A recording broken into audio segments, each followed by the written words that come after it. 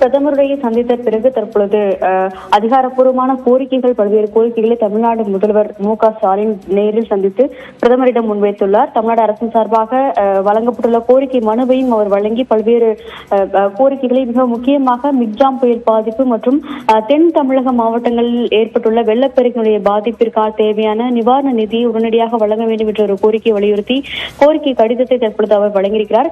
சென்னை மற்றும் அதனை சுற்றுப்பகுதிகளில் ஏற்பட்ட வெள்ளப்பெருக்கின் காரணமாக அதனை சரி செய்வதற்கான நிவாரண நிதியாக மொத்தம் 12,659 கோடி ரூபாய் உடனடியாக வழங்க வேண்டும் என்ற ஒரு கோரிக்கையும், தென் தமிழகத்தினுடைய வெள்ள பாதிப்புகளுக்கு உடனடியாக இடைக்கால நிவாரணமாக 2,000 கோடி ரூபாயை அவசர நிதியாக வழங்க வேண்டும் என்ற ஒரு கோரிக்கையும் இந்த சந்திப்பின் பொழுது முன்வைத்துள்ளார்.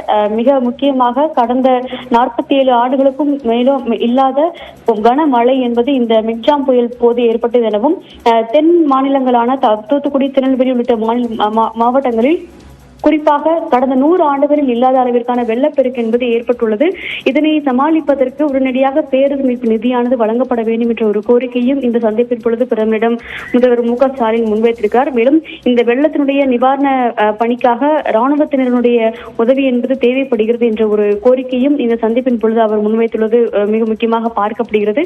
இந்த மாநிலத்திற்கு தேவையான நிவாரண நிதிகளை உடனடியாக விடுவிக்க வேண்டும் எனவும், அதன் அடிப்படையில் மட்டுமே வெள்ள மீட்பு பணிகள் மட்டுமல்லாமல் மறுசீரமைப்பு பணிகளையும் மேற்கொள்ள முடியும் என்ற ஒரு கோரிக்கையை இந்த சந்திப்பின் பொழுது முதல்வர் மு.க.ஸ்டாலின் பிரதமரிடம் அதிகாரப்பூர்வமாக முன்வைத்திருக்கார். மத்திய குழுவினுடைய அறிக்கை வந்தவுடன் எந்த ஒரு தாமதமும் இன்றி நிவாரண நிதியை உடனடியாக விடுவிக்க வேண்டும் என்ற ஒரு கோரிக்கை என்பது தற்பொழுது அதிகாரப்பூர்வமாக வைக்கப்பட்டுள்ளதாக முதல்வர் அலுவலகமானது உறுதிபட தெரிவித்துள்ளது.